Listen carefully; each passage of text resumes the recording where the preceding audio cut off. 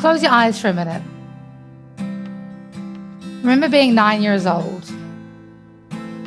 Remember the songs you used to listen to, the games you would play with your friends, going on holiday with your family, going to school every day. Remember. Now I want you to imagine, if you can, forgetting all of it. Not by choice, but because by the age of just 9 years old, you'd already experienced so much brain trauma that you could barely remember what you had for dinner last night, how to get from your hospital bed to the bathroom and back, or even when it happened just 10 minutes earlier on your favorite TV shows. That was my experience growing up, but thankfully, songwriting saved me. You can open your eyes.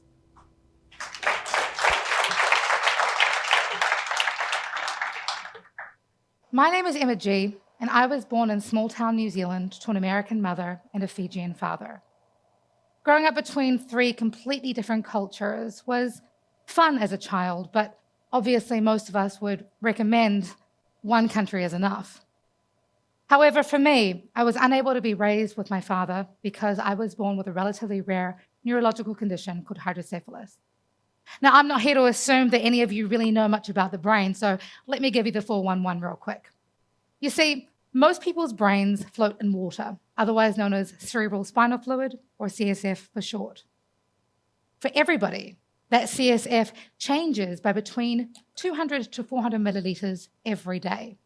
It goes into your head and then drains your spinal column, hence the name cerebral spinal fluid.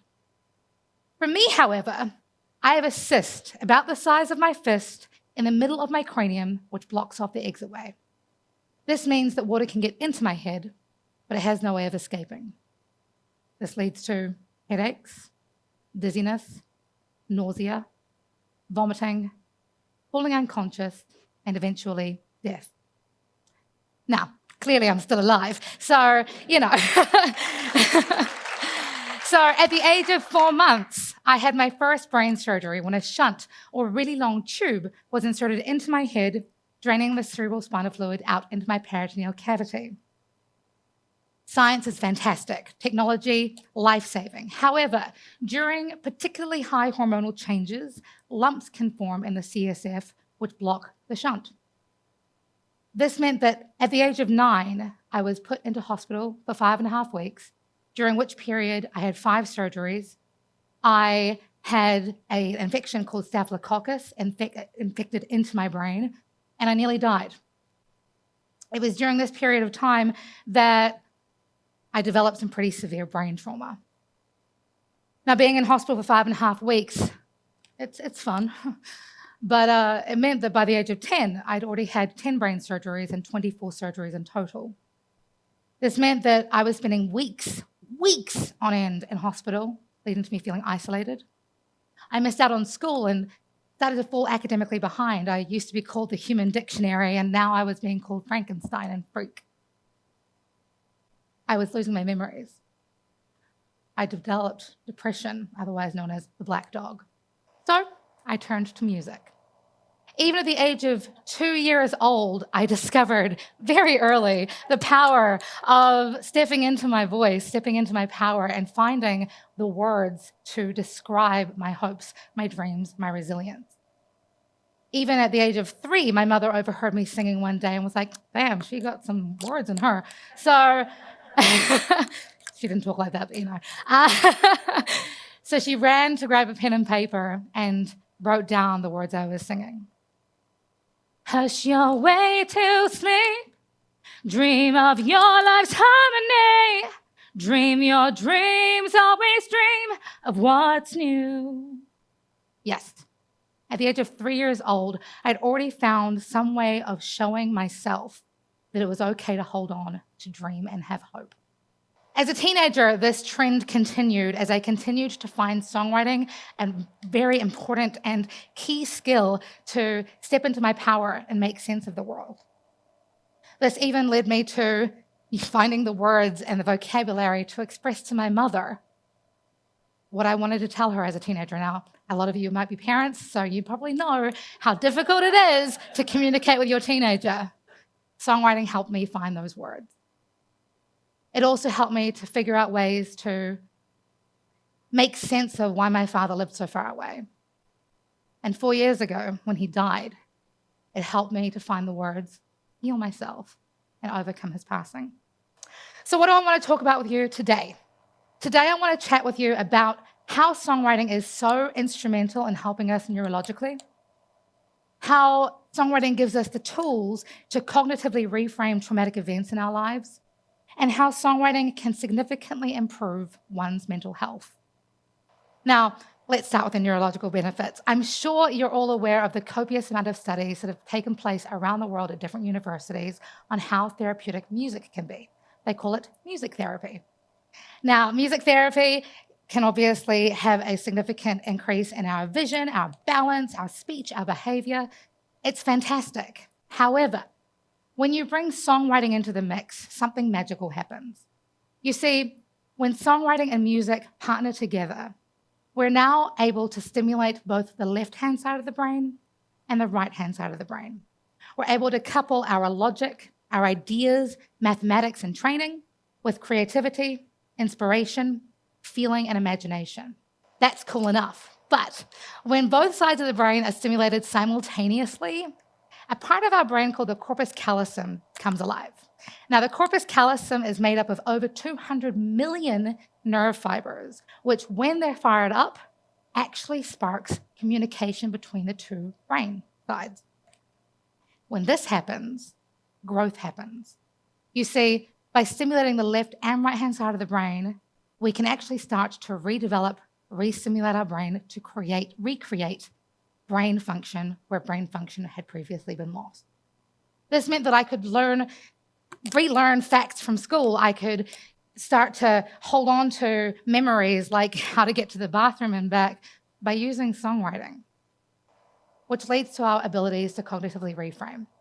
Academic memory is one thing, but I'm sure we're all aware that memories are what makes a large portion of who we are. So when we look back at our childhood as a 9-year-old, when you're thinking back to those experiences you had, a lot of them might be really positive. I hope they're positive.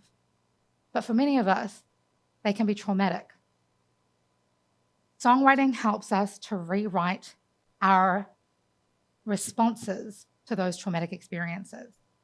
How does it do that? Great question. Okay, so songwriting and music helps us to stimulate the amygdala, which is the part of our brain that stimulates our memories. The nucleus accumbens, which is the part of our brain in charge of our emotional responses to those memories. And the cerebellum, which is the part of our brain in charge of our dopamine and oxytocin levels, otherwise known as our love hormone and the bonding hormone, as well as the amounts of cortisol, or the stress hormone, that is released into our bodies.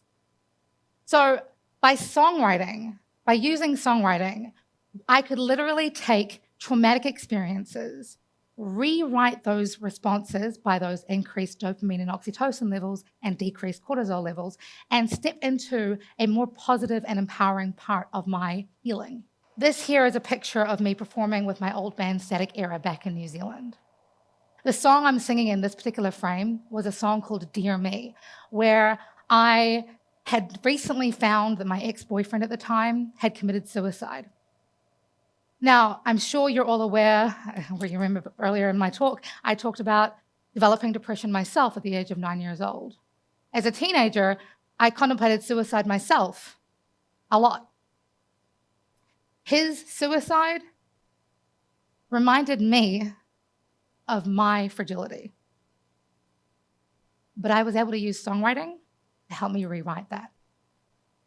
Almost like a love letter to myself to hold on. Dear me, I just called to say I miss you. It's gonna be fine. Dear me, don't forget there's still tomorrow. It's gonna be all right. Songwriting has saved my life.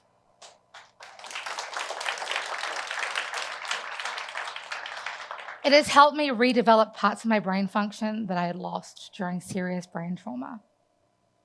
It had helped me find ways to reclaim my voice and step into my power. So much so that I was put onto a global scale where I was able to represent New Zealand youth at a worldwide symposium. And I even got to see Christopher Reeves, the OG Superman, speak. Songwriting also helped me to figure out ways that were healthy and how to heal from my trauma. This is a picture of me in Fiji with my family mourning my father's death. Songwriting helped me regain my mental health, which, let's be real, in 2022 is so important right now. With the pandemic almost 2 years in, we have found significant increases in mental health deterioration across the globe, with Sweden, United States, United Kingdom, Italy, Japan, we're all suffering right now. The World Health Organization guesstimated in August 2022 that at that time it would take us at least 10 years to emotionally and mentally recover from the pandemic. That was almost 18 months ago. Imagine how much worse it is now. Between 17% and 25% of young people, again, back in August 2020, were found to be suicidal on a regular basis, daily. We've seen increased number of teenagers suffering from anxiety, depression, sleep issues, aggressive behavior, and withdrawing from friends and family. We are in a crisis, but songwriting is the answer.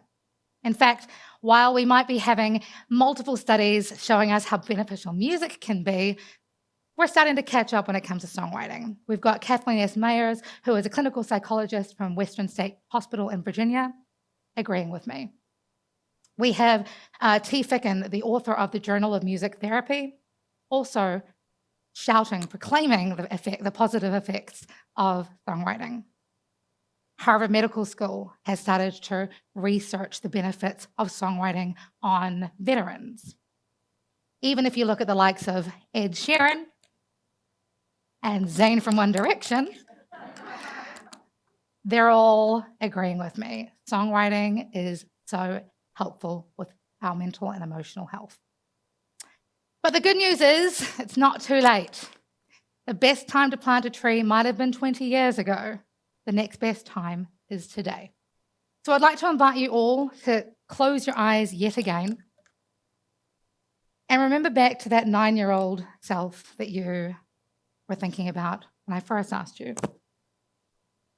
With your eyes closed, I want you to, when you get home maybe, or whenever you feel like this might be suitable, turn some music on. Think back to your inner child. What would you tell yourself now, looking back at who you were, what you were feeling, what events were going on in your life? Reflect. Be real with yourself. Get honest. In the words of Brené Brown, be vulnerable, without guilt, without fear, without judgment. Take note of the words, ideas, thoughts, lines that come to your mind. Dig deeper.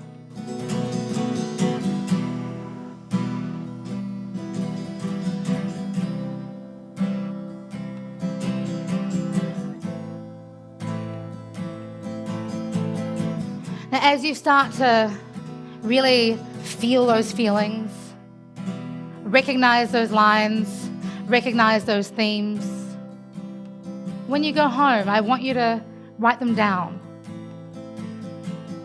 analyze them, lean into them, because from there, you can start to realize the power of your voice, the power of your vulnerability, the power of your story, the power of your truth, your trauma.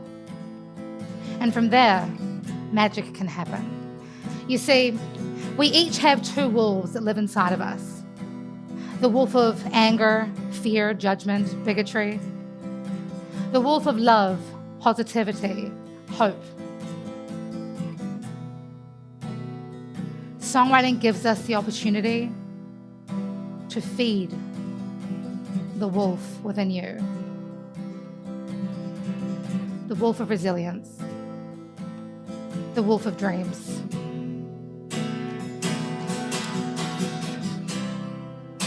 to build a better new.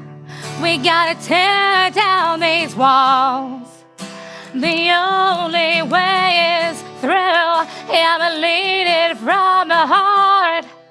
If the darkness starts with me, then I will do things differently. It's about the wolf of faith. Author Wayne Dyer said, it's important to not die with your music still in you. I want to take it a step further. You see, we live in a world that is constantly telling us how to be, how to feel, how to act, how to show up every day. We're put in boxes. We're fed drama, fear, whatever messages we want to be fed on the news, on television, on social media.